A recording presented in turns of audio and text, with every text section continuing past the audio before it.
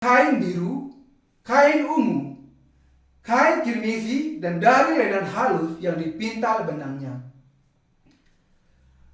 Ini adalah bahan-bahan yang lain yang sering digunakan: kain biru, kain ungu, kain kirmizi, dan dari lenan halus yang dipintal benangnya. Kain-kain ini dipakai untuk membuat pintu gerbang pelataran kemah suci dan tabir yang memisahkan antara tempat kudus dengan tempat maha kudus. Keempat kain itu menjelaskan kepada kita kebenaran yang dinubuatkan di dalam Kejadian 3 ayat 15, bahwa Tuhan akan datang sebagai keturunan perempuan. Tuhan kita akan datang ke bumi ini dan menyelamatkan orang berdosa dari dosa mereka dengan dibaptiskan dan disalibkan, dan bahwa Allah sendiri akan menyelamatkan kita. Keempat kain itu dipakai bukan hanya untuk pintu gerbang kemah suci, tetapi juga untuk pakaian imam besar dan penutup kemah suci yang pertama. Ini adalah perjanjian Allah bahwa Yesus Kristus akan datang ke bumi ini dan menyelamatkan kita dari dosa dengan menggenapi karya kain biru, kain ungu, kain kirmizi, dan dari lenan halus yang dipintal benangnya. Dan Tuhan kita kemudian menepati janji ini dan memang sudah menyelamatkan kita dari dosa dunia. Hal yang paling penting dari pintu gerbang kemah suci adalah kain biru. Mengapa Yesus Kristus yang datang ke bumi ini sebagai Mesias harus mati di kayu salib? Alasannya adalah karena dia sudah dibaptiskan. Kain biru menunjuk kepada baptisan Yesus, kain ungu menjelaskan bahwa Yesus adalah Raja, dan kain kirmizi menunjuk kepada penyaliban dan pencurahan darahnya. Kain biru, kain ungu, kain kirmizi, dan dari lenan halus yang dipintal benangnya adalah bahan bangunan yang penting yang menjelaskan anugerah keselamatan yang Yesus Kristus sudah berikan kepada kita dengan datang ke bumi ini sebagai Mesias dan menanggung segala dosa kita ke atas dirinya. Banyak orang di dunia ini hanya menekankan bahwa Yesus Kristus adalah anak Allah dan bahwa dia pada dasarnya adalah Allah sendiri. Tetapi Allah dengan jelas menerangkan melalui kemah suci bahwa pengajaran itu bukan kebenaran yang seluruhnya. Rasul Petrus mengatakan di dalam 1 Petrus 3 ayat 21, juga kamu sekarang diselamatkan oleh kiasannya, yaitu baptisan. Maksudnya bukan untuk membersihkan kenajisan jasmani, melainkan untuk memohonkan hati nurani yang baik kepada Allah oleh kebangkitan Yesus Kristus. Ini memberi kesaksian bahwa Yesus Kristus menggenapi janji keselamatannya dan meletakkan dasar iman yang penuh dengan menerima baptisannya, kiasan yang menyelamatkan kita. Siapakah Mesias kita? Mesias berarti juru selamat, yang menjelaskan bahwa Yesus datang ke bumi ini, dibaptiskan untuk menanggung segala dosa kita dan segala dosa dunia ke atas dirinya, dan pada kenyataannya dia menanggung semua itu ke atas dirinya melalui baptisannya. Allah mengatakan kepada bangsa Israel untuk membangun pintu gerbang pelataran kemah suci dengan menenun kain biru, kain ungu, kain kirmizi, dan dari lenan halus yang dipintal benangnya. Dan tujuan bagi Tuhan kita yang adalah Raja di atas segala raja dan Tuhan surgawi untuk datang ke bumi ini dalam rupa manusia adalah untuk menggenapi kebenaran kain biru, kain ungu, kain kirmizi, dan dari lenan halus yang dipintal benangnya. Tuhan kita datang di dalam rupa manusia dan menerima baptisan yang akan menggenapi seluruh kebenaran Allah dari Yohanes Pembaptis, wakil semua manusia. Ini sama seperti korban persembahan di perjanjian lama yang menerima dosa-dosa bangsa Israel yang ditanggungkan kepadanya melalui penumpangan tangan imam besar ke atas kepalanya, dan yang dihukum atas dosa-dosa itu menggantikan mereka. Dengan kata lain, sama seperti korban persembahan di dalam perjanjian lama, Yesus datang di zaman perjanjian baru sebagai korban persembahan bagi dosa-dosa semua orang berdosa, disalibkan, dibaptiskan, disalibkan, dan dengan itu menanggung hukuman segala dosa dunia. Yesus menggenapi kebenaran kain biru dengan dibaptiskan oleh Yohanes sebagai anak domba Allah yang dikorbankan. Dengan baptisan ini, Yesus menanggung segala dosa manusia ke atas dirinya sekaligus. Alasan mengapa kebanyakan orang Kristen berubah menjadi orang-orang yang lebih jahat dibandingkan dengan orang-orang yang beragama dunia adalah karena mereka sudah tidak bisa mengerti dan percaya kepada kebenaran kain biru, kain baptisan Yesus, dan dengan itu tidak menerima pengampunan dosa sekaligus. Ketika orang Kristen tidak memiliki penafsiran yang benar tentang baptisan ini yang diterima Yesus untuk menanggung segala dosa ke atas dirinya, dasar iman mereka sendiri tidak diletakkan secara benar sejak awalnya. Untuk jelasnya, kain biru adalah cara dan kebenaran bahwa Mesias datang ke bumi ini dan menanggung segala dosa ke atas dirinya. Dan kain kirmizi menunjuk kepada darah Yesus. Alasan mengapa Yesus Kristus disalibkan, mencurahkan darahnya dan mati di kayu salib adalah karena segala dosa kita sudah ditanggungkan kepadanya melalui baptisannya. Itu adalah karena Yesus sudah menanggung segala dosa kita ke atas dirinya melalui baptisannya yang diterimanya dari Yohanes sehingga kemudian dia mati di kayu salib. Dan karena kenyataan inilah maka pengorbanan di kayu salib bagi kita tidaklah sia-sia. Itu adalah karena Yesus Kristus Mesias menanggung semua kutuk dosa kita sepenuhnya dengan baptisan dan penyalibannya sehingga dia bisa menggenapi keselamatan kita. Kain ungu berarti bahwa Yesus Kristus adalah Allah dan Raja atas segala raja.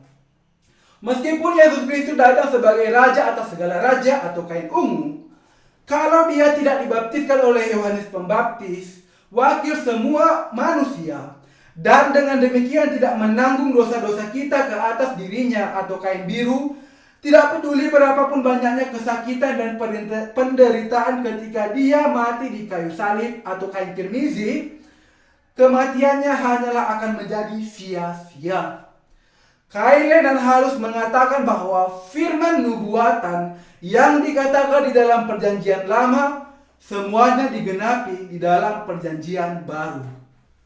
Kekristenan zaman ini sudah kehilangan makna kain biru. Ada kecenderungan di dalam kekristenan zaman ini untuk mengabaikan kain biru di antara keempat kain itu dan dengan sekehendak hati menafsirkan firman Allah atas diri seseorang. Dosa besar ini pasti akan dihukum. Kain biru, kain ungu, kain kirmizi, dan dari lenan halus yang dipintal benangnya yang dipakai untuk pintu gerbang pelataran kemah suci menjelaskan kebenaran keselamatan bahwa untuk menyelamatkan kita dari dosa kita, Yesus Kristus Sang Mesias harus datang ke bumi ini dalam rupa manusia dan dibaptiskan serta disalibkan. Yesus menanggung segala dosa kita ke atas dirinya. Bagaimana Yesus menanggung segala dosa kita ke atas dirinya?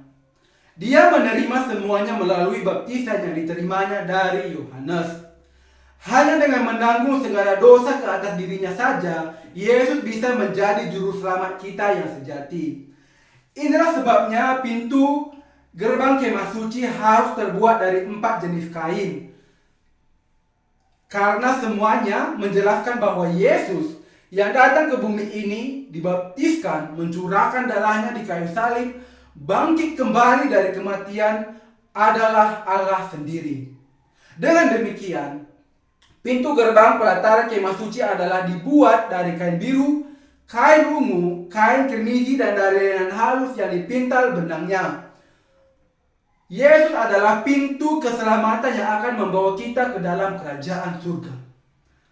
Pintu ini adalah terbuat dari kain biru, kain ungu, kain kirmizi, dan dari lenan halus yang dipintal benangnya. Yesus adalah juru selamat orang berdosa. Baptisan Yesus dan penyalibannya adalah anugerah keselamatan yang sudah menyelamatkan orang berdosa dari dosa-dosa mereka. Itu adalah karena kekristenan zaman ini tidak bisa memahami baptisan Yesus dengan baik, sehingga tidak bisa bertemu dengan Allah dan bahkan akhirnya berubah hanya menjadi salah satu dari agama duniawi saja. Sejauh berhubungan dengan iman kita, kita harus terlebih dahulu meletakkan dasar iman yang kuat di atas kain biru, kain ungu, kain kirmizi, dan kain kirmizi. Dasar iman ini adalah kenyataan bahwa Tuhan datang ke bumi ini dan sudah menyelamatkan Anda dan saya dari segala dosa dunia melalui kain biru, kain ungu, kain kirmizi, dan dari lenan halus yang dipintal benangnya. Yesus datang ke bumi ini dan menggenapi anugerah keselamatan yang sudah menyelamatkan kita dari dosa dengan baptisan dan darahnya di kayu salib. Untuk lebih khusus, Yesus datang ke bumi ini dalam rupa manusia, menanggung segala dosa dunia ke atas dirinya melalui baptisannya, memperdamaikan segala dosa kita dengan darahnya di kayu salib, dan kemudian menanggung penghukuman atas dosa-dosa kita dengan mati di kayu salib. Yesus ini yang sudah menyelamatkan kita melalui air dan darah. 1 Yohanes 5 ayat 4-8 adalah pada dasarnya Tuhan atas ciptaan yang menciptakan kita, dan Dia yang memberikan kepada kita anugerah keselamatan yang sudah menyelamatkan kita. Yesus ini yang sudah menyelamatkan kita dari dosa dan penghukuman kita, sudah menjadi juru selamat kita yang sejati. Inilah yang dijelaskan oleh bahan-bahan yang dipakai untuk kemah suci. Demikianlah, kita harus memantapkan iman kita dengan kokoh dengan percaya kepada bahan-bahan ini.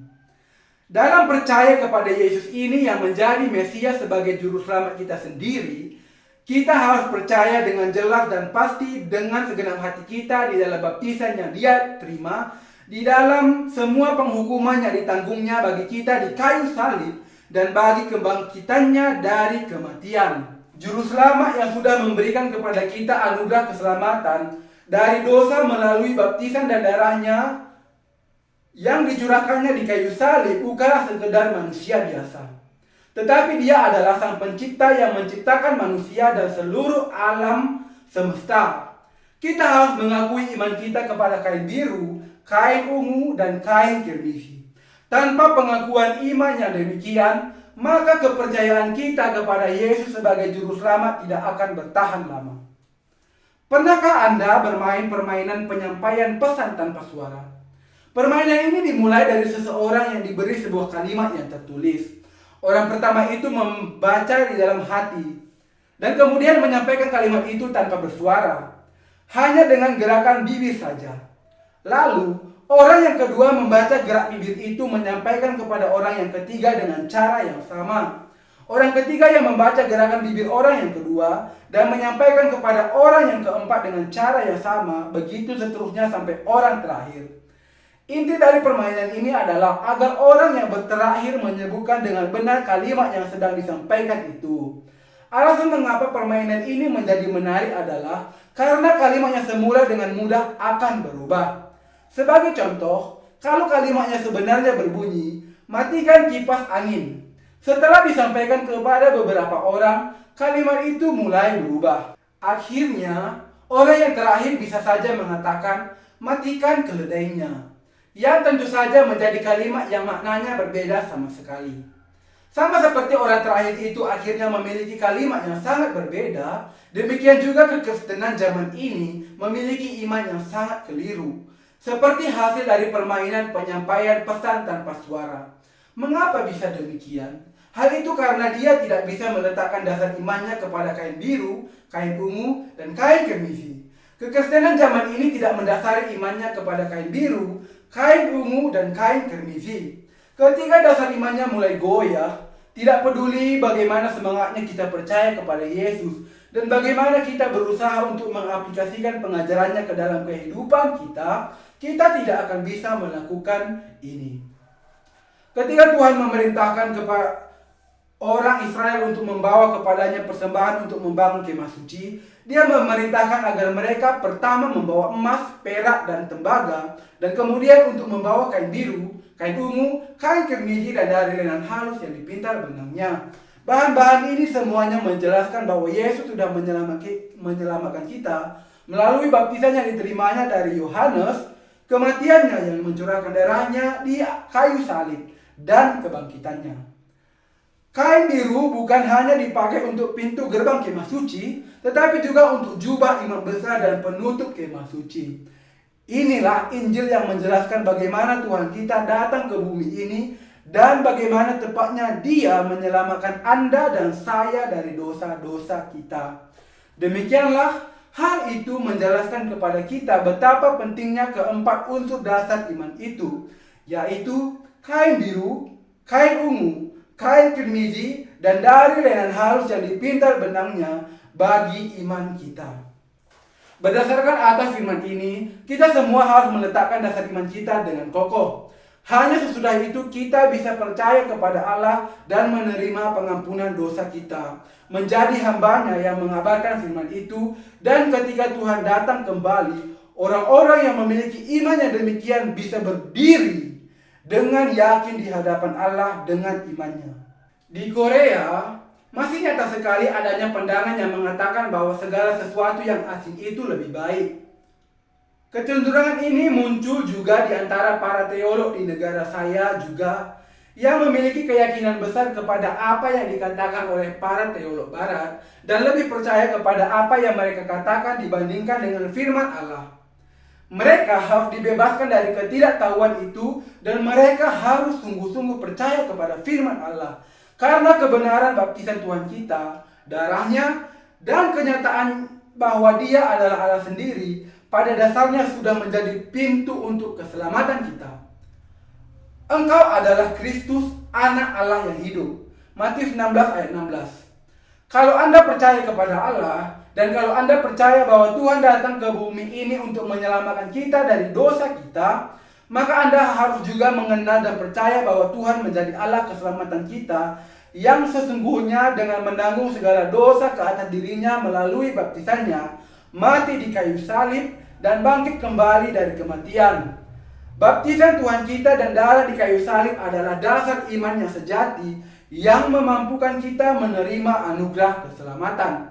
Kalau kita bahkan tidak bisa percaya kepada iman kain biru, kain ungu, dan kain kirmizi yang sesuai dengan firman Allah, lalu bagaimana kita bisa menyebutnya iman yang benar?